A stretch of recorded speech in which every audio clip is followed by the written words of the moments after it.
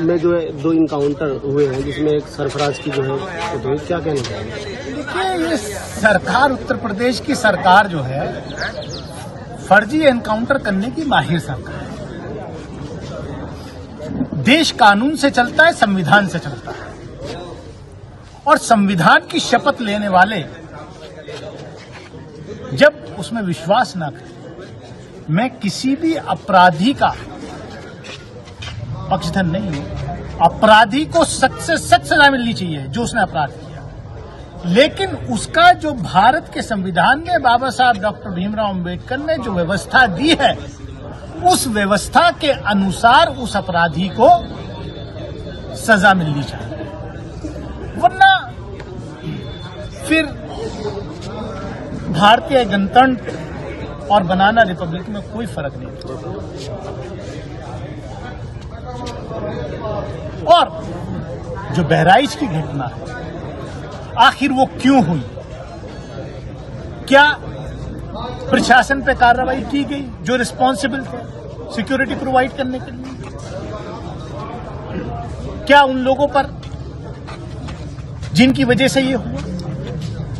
तो पहले आप घटना को घटने देते हैं, फिर उसका राजनीतिक दुरुपयोग करते हैं, फिर चुनाव से पहले आप एनकाउंटर की राजनीति करते हैं।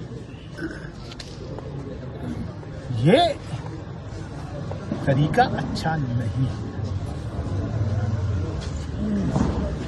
जनता समझ रही है, देश समझ रहा है। देश संविधान से चलता है, संवैधानिक व्यवस्था से चलता है। देखिए, कान को कितने अच्छे लग रहे हैं ये सुनना। एनडीए, तरस गए थे हम लोग। बीजेपी एक अकेला, इतने पे भारी। अब एनडीए की चर्चा होती है। ये लोकतंत्र की सामूहिकता है।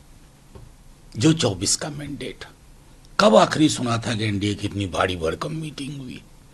देखिए, जनमत ना बड़ों बड़ों को रास्ते पे ले आता है। बेहद खुशी की बात है कि आप सामूहिकता में आप सोच रहे हैं, मैं, मेरा, मुझको, मुझसे पहले कुछ नहीं, मेरे बाद सन्नाटा। कम से कम उस प्रवृत्ति पे लगाम लगा है, स्वागत योग्य। बिहार में तेजस्वी यादव के निशाने पर मुख्यमंत्री हैं, कह रहे हैं कि बतौर सरकार एनडीए सरकार बिहार में फेल हो गई। देखिए, आंकड़ा 25 के ऊपर जा चुका है। सरकार इसमें भी चाह रही थी, इस तरह के दुर्भाग्यपूर्ण मौतों में भी, कि फजिंग करें डेटा के साथ। ये उचित नहीं है। जो नेता प्रतिपक्ष तेजस्वी जी ने कहा, वो एक एक इंसान कह रहा है बिहार। कहां है मुख्यमंत्री जी? कौन चला रहा है बिहार?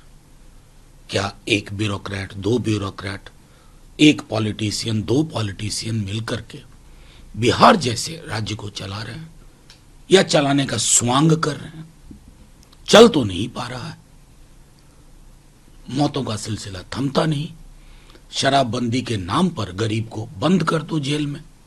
मैं समझता हूं कि ये जो कल भी मैंने आपसे बातचीत में कहा, और तेजस्वी जी ने, नेता प्रतिपक्ष ने भी इशारा किया कि ये इंडस्ट्री है, एक सिंडिकेट, इतनी पहुंच है इनको कि वारेन ये कुछ भी कर सकते हैं।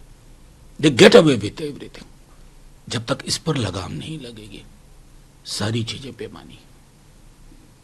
बहराइच में मादुर सांप्रदायिक तनाव हुए थे, और उसके बाद जो लोग एक्यूज थे, उसमें से 5 लोगों की गिरफ्तारी हुई है। 2 लोगों को पुलिस ने गोली मारी है। देखिए, असल में झूठ सच बहुत चलता है। बहुत दुर्भाग्यपूर्ण घटना थी। कल कई चैनलों ने चलाना शुरू कर दिया कि एनकाउंटर हो गया, ये हो गया।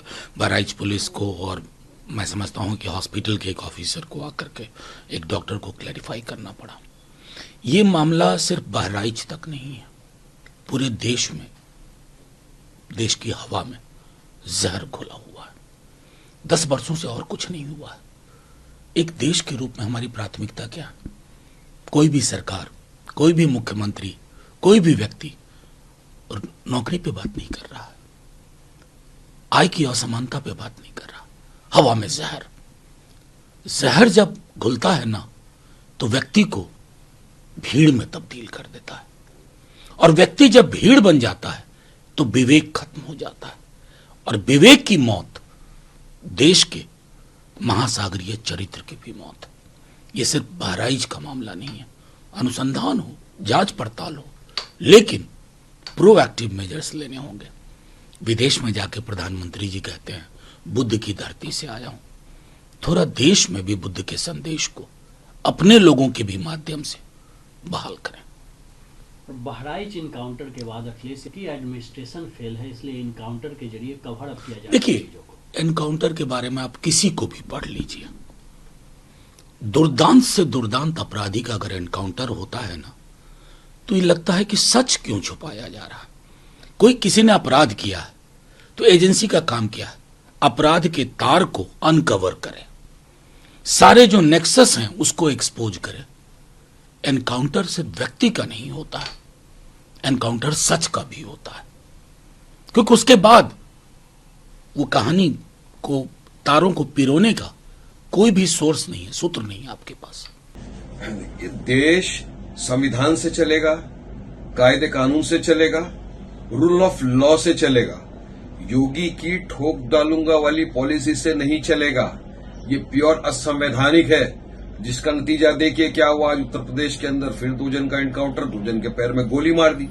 अब यही आशंका जताई थी कल, जो वीडियो वायरल है सब तरफ, जो रुखसार नाम की एक महिला है, जो सरफराज की बहन है, उसने एक वीडियो निकाला। उसमें उसने कहा है कि 4:30 बजे यूपी की एसटीएफ हमारे घर आई, वहां से मेरे पिता अब्दुल हामिद साहब को, मेरे भाई सरफराज को और फहीम को उठा के ले गई। अब उनको कहां ले गई, किधर ले गई, किसकी कस्टडी में वो है, किस हाल में, कुछ किसी को पता नहीं है।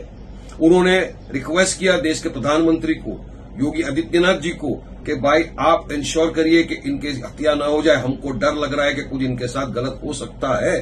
और अब ये हो गया, तो किस दिशा में हम देश को लेके जाना चाहते हैं। अब देखिए एक बात, जो किसी को कायदा कानून अपने हाथ में लेने का अधिकार नहीं है। अगर किसी ने गोली मारी है राम गोपाल मिश्रा को, गलत है, कायदा है, कानून है, कोर्ट कचहरी, उसको आप वहां पे ले जाइए, जो सजा देना है कड़ी से कड़ी सजा दीजिए।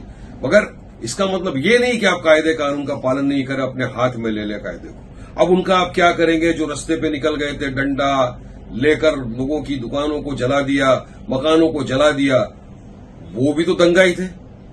उनके खिलाफ क्या कार्रवाई की उत्तर प्रदेश की सरकार ने? क्या उनका भी इसी तरह से पैरों में गोली मारी जाएगी? ये क्या किया जाएगा उनके साथ? मतलब ये देखा ये जा रहा है कि उत्तर प्रदेश के अंदर कानून व्यवस्था तो एकदम खत्म हो चुकी है, जंगल राज चल गया।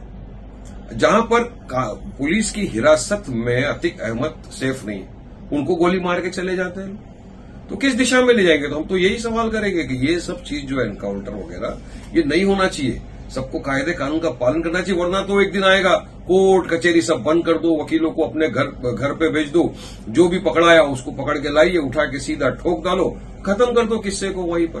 तो ये तो जंगल राज है, बनाना रिपब्लिक है क्या? इसलिए मेरा बोलना है कि देश को संविधान से चल रहा है और संविधान का पालन सबको करना पड़ेगा। न्यूज नेशन अब व्हाट्सएप पर खबरों के ताजा अपडेट के लिए न्यूज नेशन के इस QR कोड को स्कैन करें।